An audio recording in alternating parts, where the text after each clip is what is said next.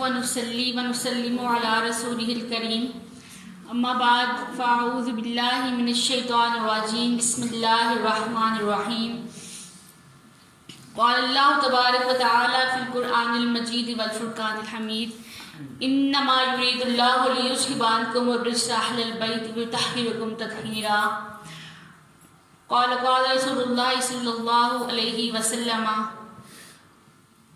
فاطمة بدعة مني فمن أغضبها أغضبني صدق الله مولانا العظيم وصدق رسوله النبي الكريم الأمين ونحن على ذلك لمن الشاهدين والشاكرين والحمد لله رب العالمين.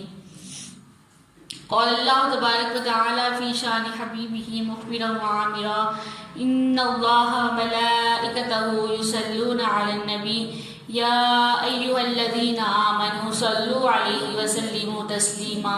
سب مل کے محبت سے درود شریف پڑھیے. الصلاۃ والسلام وعلی آلک واصحابک یا سیدی یا حبیب اللہ. الصلاۃ والسلام علیک یا سیدی یا نبی اللہ وعلی آلک واصحابک یا سیدی یا رحمۃ للعالمین.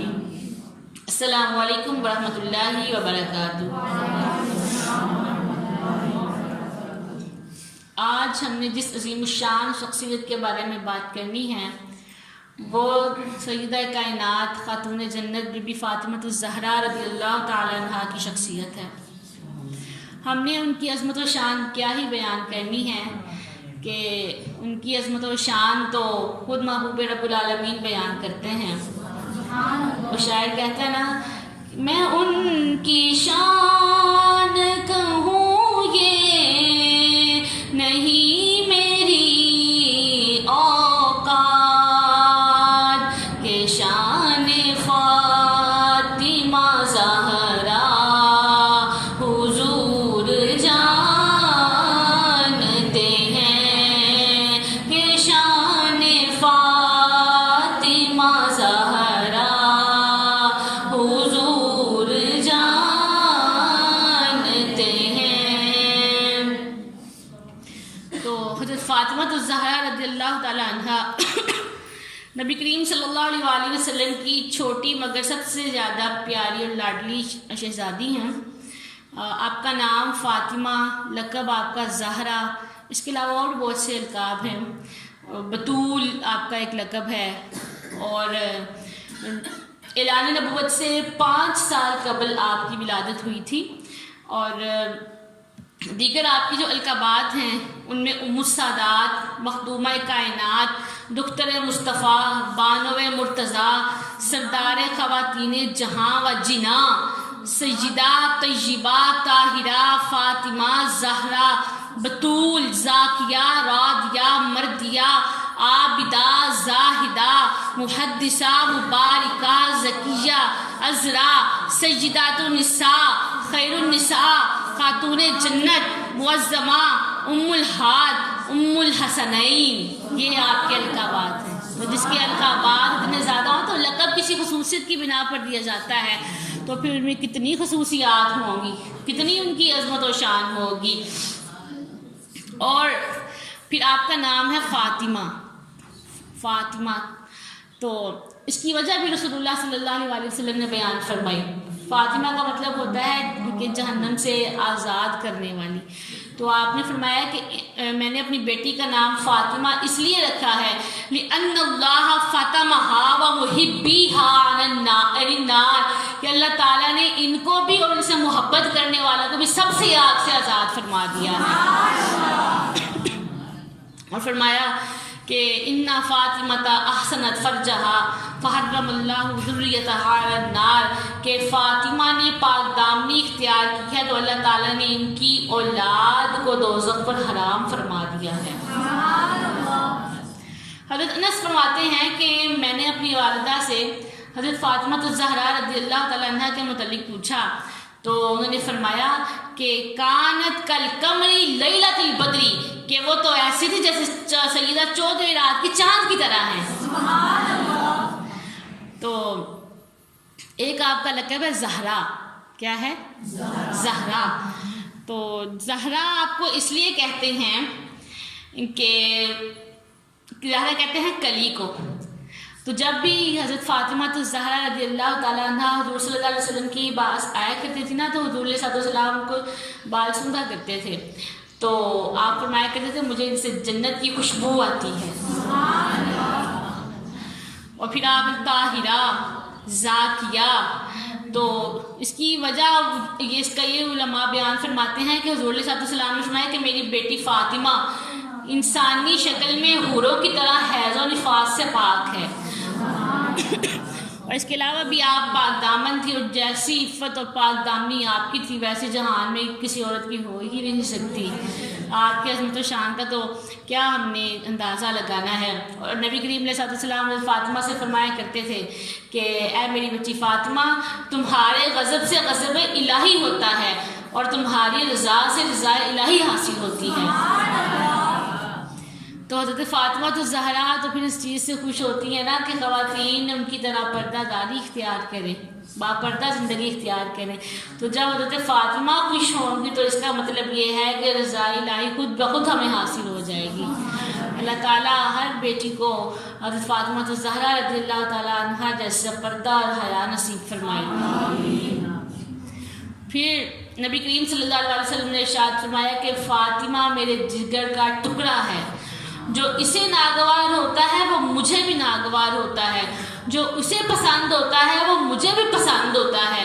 پھر فرمایا کہ قیامت والے دن سوائے میرے نسب کے، میرے سبب کے، میرے رشتوں کے سارے نسب سارے سبب منقطع ہو جائیں گے. اس دن قیامت والے دن کام آئے گا تو صرف میرا نسب اور میرا سبب ہی کام آئے گا. اور حضرت فاطمہ الزہرا رضی اللہ تعالیٰ عنہا نبی اکرم صلی اللہ علیہ وسلم کی سمجھ لیں کہ تصویر ہی تھی. ام المؤمنین حضرت عائشہ صدیقہ رضی اللہ تعالیٰ عنہا فرماتی ہیں کہ میں نے چال ڈھال میں، شکل و شباہت میں، رنگ روپ میں، بات چیت میں حضور صلی اللہ علیہ وسلم سے کیسے مشابہ حضرت فاطمہ سے زیادہ کسی کو نہیں دیکھا. حضرت فاطمہ جب حضور علیہ السلام کی بارگاہ میں کھڑی حاضر ہوتی تو حضور صلی اللہ علیہ وسلم کھڑے ہو کر استقبال کرتے، اور جب نبی کریم صلی اللہ علیہ وسلم ان کے پاس تشریف لے جاتے تو حضرت فاطمہ الزہرا رضی اللہ تعالیٰ عنہا بھی کھڑے ہو کر استقبال کرتی تھی. تو اس سے ہمیں پتہ چلا کہ ہمیں جب کوئی آئے ہمارے گھر میں، ہمارا گھر کوئی بڑا ہو یا چھوٹا ہو، تو ہمیں اس کا اچھی طرح سے کھڑے ہو کر استقبال کرنا چاہیے تاکہ اسے پتہ چلے کہ اس کو میرے آنے کی کوئی خوشی ہوئی ہے. پھر ایک بار ام المؤمنین حضرت عائشہ صدیقہ فرماتی ہیں کہ حضرت فاطمہ الزہرا رضی اللہ تعالیٰ عنہا سرکار کائنات صلی اللہ علیہ وسلم کی خدمت میں حاضر ہوئیں، اور نبی کریم صلی اللہ علیہ وسلم نے ان کو ویلکم کیا، کہا کہ میری بیٹی مرحبا. پھر ان کو بٹھایا، پھر ان کے کان میں کوئی سرگوشی کی کوئی بات کہی، تو وہ سن کر شہزادی کونین بہت روئیں. جب نبی کریم صلی اللہ علیہ وسلم نے ان کی بے قراری دیکھی تو دوبارہ سرگوشی کی، دوبارہ ان کے کان میں کوئی بات کی، تو آپ ہنسنے لگیں. تو حضرت عائشہ صدیقہ کہتی ہیں کہ میں نے پوچھا کہ نبی کریم صلی اللہ علیہ وسلم نے آپ کے کان میں کیا سرگوشی کی تھی؟ تو حضرت فاطمہ کہتی ہیں کہ میں حضور صلی اللہ علیہ وسلم کا راز آپ کو نہیں بتا سکتی. پھر کہتے ہیں جب رسول اللہ صلی اللہ علیہ وسلم کا وصال با کمال ہوا تو کہتے پھر میں نے ان سے کہا کہ میرا آپ پر جو حق ہے میں اس حق کی قسم دے کے آپ سے سوال کرتی ہوں کہ مجھے بتائیں کہ حضور صلی اللہ علیہ وسلم نے تب آپ سے کیا کہا تھا. کہ پہلی بار آپ سے کہا تو آپ رو پڑی، پھر دوسری بار آپ سے کہا تو آپ ہنس پڑی، ایسی کون سی بات آپ سے کہی تھی؟ تو کہنے لگیں کہ اب میں بتاتی ہوں. جب پہلی بار حضور صلی اللہ علیہ وسلم نے مجھ سے کلام کیا تھا تب آپ نے فرمایا تھا کہ جبرائیل امین مجھ سے سال میں ایک مرتبہ قرآن مجید کا دور کیا کرتے تھے، اس مرتبہ 2 بار کیا ہے. تو یہ اس بات کی طرف اشارہ ہے کہ اللہ تعالیٰ نے مجھے اپنے پاس بلانے کا جو وقت ہے وہ مقرر فرمایا ہے، اور میرے آنے کا جو وقت ہے وہ ہو چکا ہے میرے جانے کا. تو کہتے ہیں یہ سن کر رسول اللہ کی وفات کی خبر سن کر تو میں رونے لگی. لیکن اس کے بعد پھر نبی کریم صلی اللہ علیہ وسلم نے جب میری بے قراری دیکھی تو آپ نے فرمایا یا فاطمہ الا تردین ان تکونی سیدۃ النساء اہل الجنہ، او نساء المؤمنین، یا فاطمہ کیا آپ اس بات سے خوش نہیں ہیں کہ آپ تمام جنت کی خواتین کی سردار ہوں؟ جب یہ بات حضور صلی اللہ علیہ وسلم نے فرمائی تو میں ہنسنے لگی. تو حضرت فاطمہ الزہرا رضی اللہ تعالیٰ عنہ سر سے پاؤں تک ہم شکل مصطفیٰ ہیں. آپ کی چال ڈھال، آپ کی وضع قطع حضور صلی اللہ علیہ وسلم کی مشابہ تھی. آپ جیتی جاگتی حضور علیہ السلام کی تصویر تھی. اور مفتی احمد یار خان نعیمی رحمۃ اللہ علیہ تو آپ کی شان میں یہ فرماتے ہیں کہ رسول اللہ کی جیتی جاگتی تصویر کو دیکھا، کیا نظارہ جن آنکھوں نے تفسیر نبوت کا. یعنی آپ جیتی جاگتی آپ کی تصویر تھی. اور کیا عظمت و شان ہے کہ جب آپ کی پیاری بیٹی حضرت فاطمہ حضور علیہ السلام کے پاس آتی تو آپ خوشی سے کھڑے ہو کر ان کا استقبال فرمایا کرتے تھے. اچھا، اس کے بعد ایک دفعہ حضرت فاطمہ الزہرا رضی اللہ تعالیٰ عنہ نبی کریم علیہ السلام کی بارگاہ میں حاضر ہوئی اور کہا کہ یا رسول اللہ صلی اللہ علیہ وسلم، خود میں تنور میں روٹیاں لگاتی ہوں، گھر میں جھاڑو دیتی ہوں، چکی پیستی ہوں، تو اس کی وجہ سے میرے ہاتھوں میں چھالے پڑ گئے ہیں. اور تو ایک خادم آپ کے پاس چونکہ آئے ہیں تو ایک خادم مجھے بھی عنایت فرمائیں. تو نبی کریم صلی اللہ علیہ وسلم نے فرمایا کہ تمہیں ہمارے پاس خادم تو نہیں ملے گا، لیکن میں ایسی چیز آپ کو بتا دیتا ہوں جو کہ آپ کے لیے خادم سے بھی بہتر ہوگی. تو نبی کریم علیہ السلام نے فرمایا کہ آپ 33 بار سبحان اللہ، 33 بار الحمدللہ اور 34 بار اللہ اکبر پڑھ لیا کریں، تو یہ آپ کے لیے خادم سے بھی بہتر ہوگا. تو یہ خواتین کے لیے بہترین چیز ہے کہ کام کر کے تھک جاتی ہیں تو یہ پڑھ کر تو سونا چاہیے.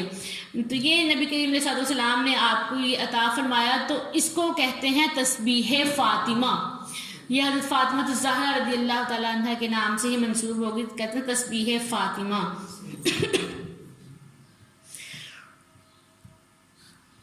اچھا، حضرت فاطمہ الزہرا رضی اللہ تعالیٰ عنہ کی عبادت کے حوالے سے آپ کے ساتھ ذات حضرت امام حسن فرماتے ہیں کہ کہتے ہیں میں نے اپنی والدہ کو دیکھا کہ رات کو مسجد بیت کے محراب میں، مسجد بیت کہتے ہیں کہ گھر میں کوئی حصہ مقرر کر لے خاتون کہ میں یہاں پر نماز پڑھا کروں گی، یہاں پر عبادت کیا کروں گی. تو جیسے کہتے ہیں نا اعتکاف کے لیے بھی مسجد بیت میں اعتکاف کرے خاتون کے اپنے گھر میں اس نے کوئی جگہ فکس کی ہو جہاں پر وہ عبادت کرتی ہو. تو یہ حضرت امام حسن کہتے ہیں کہ مسجد بیت کی محراب میں نماز پڑھتی رہتی یہاں تک کہ نماز فجر کا وقت ہو جایا کرتا تھا. کہتے ہیں کہ میں نے آپ کو مسلمان مردوں اور عورتوں کے لیے بہت زیادہ دعائیں کرتے ہوئے سنا. کہتے ہیں کہ آپ اپنے لیے کوئی دعا نہیں کرتی تھیں. یہ دیکھیے حضرت فاطمہ الزہرا کے جو بابا جان ہیں ہمارے نبی صلی اللہ علیہ وسلم، وہ اتنے رحیم و شفیق ہیں کہ آپ کی جب معراج کے اللہ نے سعادت عطا فرمائی تو وہاں جا کر بھی اللہ تعالیٰ سے یہ گزارش کریں کہ یا اللہ میری امت کا کیا معاملہ ہوگا، یا اللہ میری امت کو بخش دے. تو آپ اپنے بابا کی امت کے لیے دعائیں کرتی رہتی تھیں اور کہتے اپنے لیے کوئی دعا نہیں کرتی تھیں. امام حسن کہتے ہیں کہ میں نے عرض کی پیاری امی جان کیا وجہ ہے کہ آپ اپنے لیے کوئی دعا نہیں کرتی؟ کہ پہلے پڑوس کے پھر اپنا گھر ہے. یہ حضرت فاطمہ الزہرا رضی اللہ تعالیٰ عنہ کی عظمت و شان ہے. تو یہ آپ کی اور اپنے بابا جان کی امت سے محبت ہے، ہمارے ساتھ محبت ہے، اور پھر ہم حضرت فاطمہ الزہرا رضی اللہ تعالیٰ عنہ کی بات ہی نہ مانیں، ان کی قدر ہی نہ کریں تو پھر یہ نہ شکروں والی بات ہوئی نا.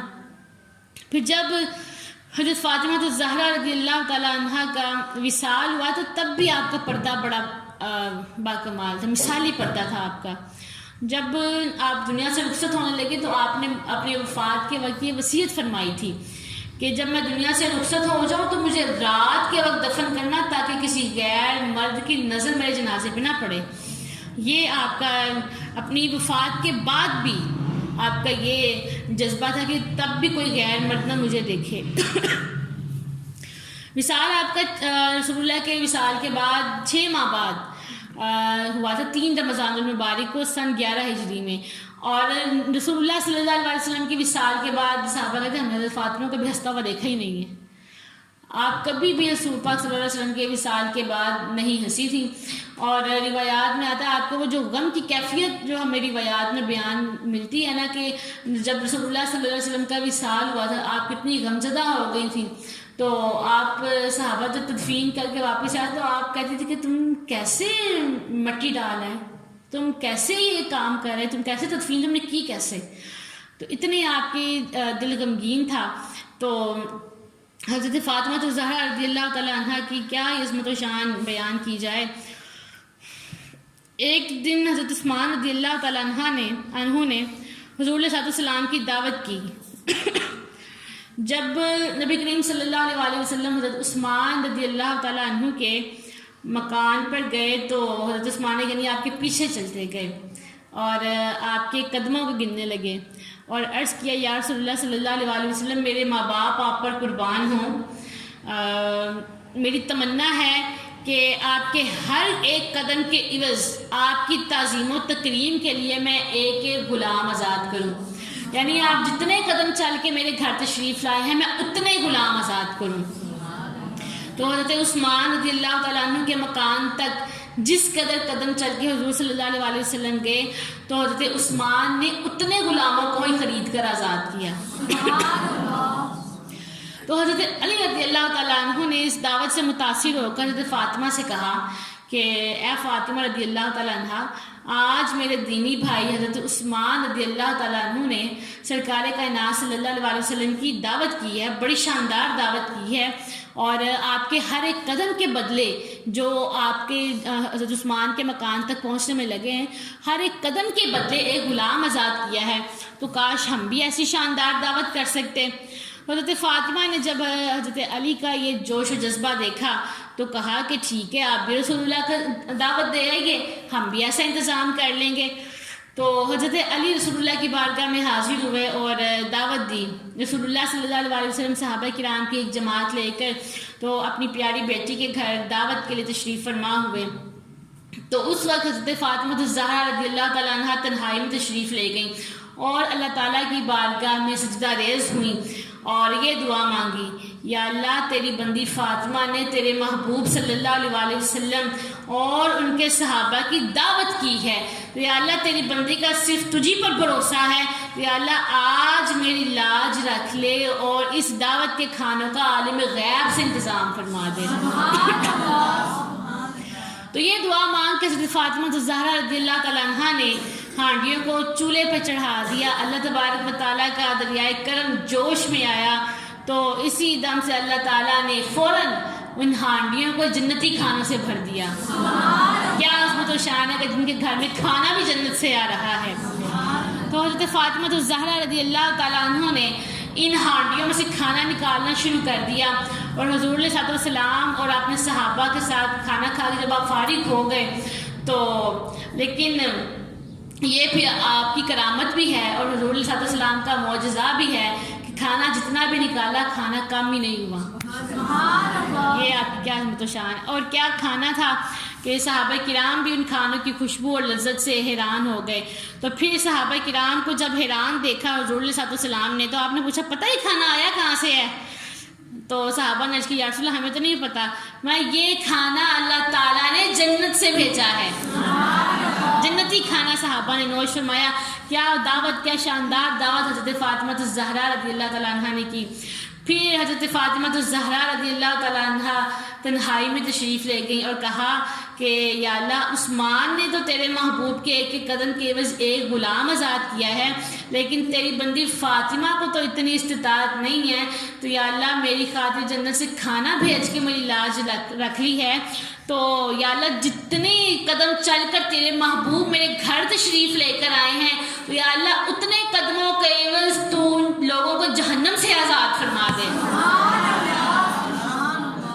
یہ آپ کا حضور پاک صلی اللہ علیہ وسلم کی امت کے لیے درد تھا اور یہ آپ کے لیے.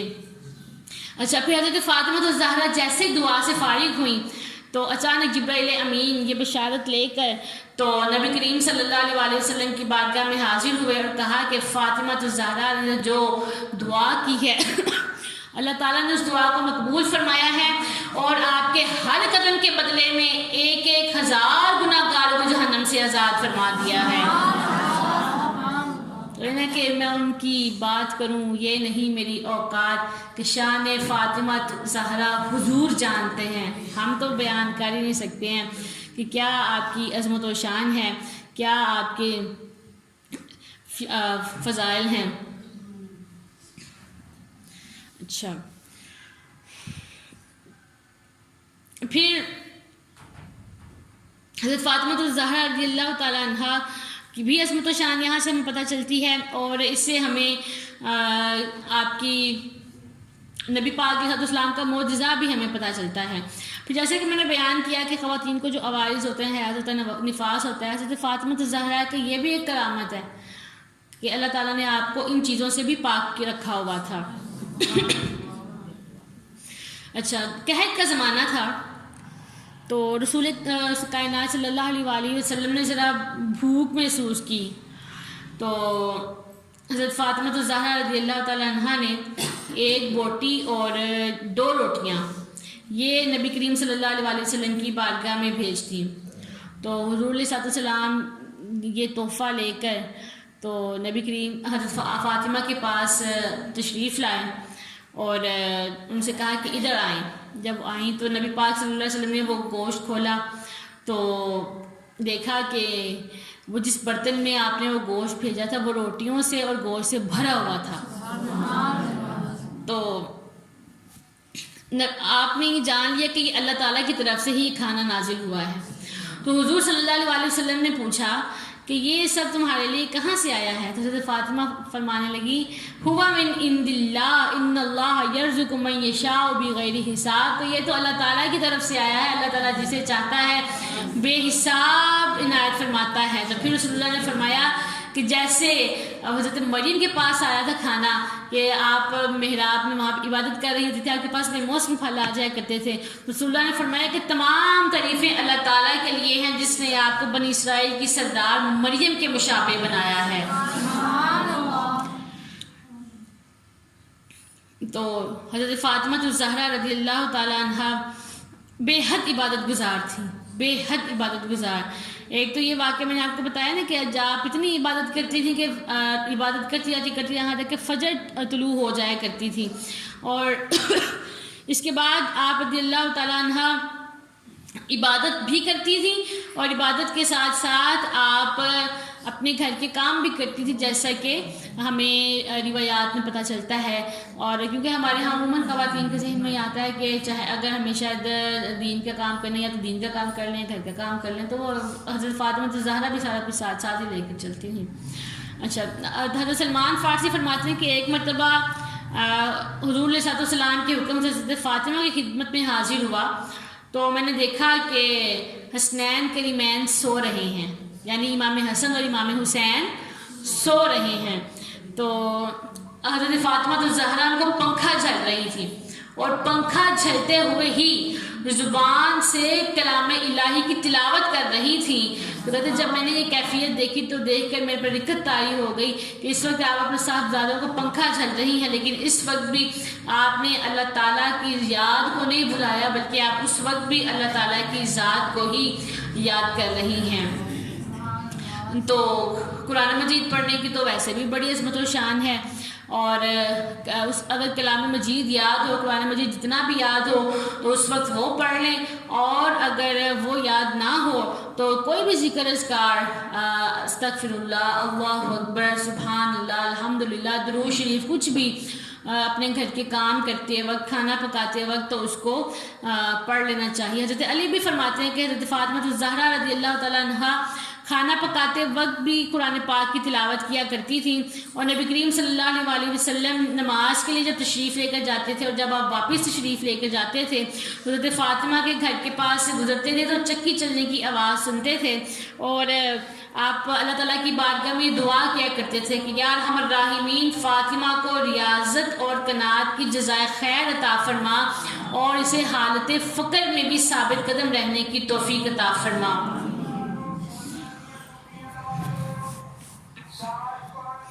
تو آپ جب عبادت بھی پھر کیا کرتی تھی جیسے کہ میں نے بتایا, تو اس میں بھی عبادت آپ دن رات کر رہی ہیں, لیکن اس دن رات کی عبادت میں بھی آپ کے لیے آپ دعا کس کے لیے کر رہی ہیں؟ حضور پاک صلی اللہ علیہ وسلم کی امت کے لیے کر رہی ہیں. اور پھر جب آپ سے پوچھا گیا کہ بھی آپ ایسا کیوں کر رہی ہیں تو آپ نے کیا فرمایا کہ یہ میں صرف یہ اس لیے کر رہی ہوں کہ پڑوسی کا گھر پہلے ہے اور اپنا گھر بعد میں ہے.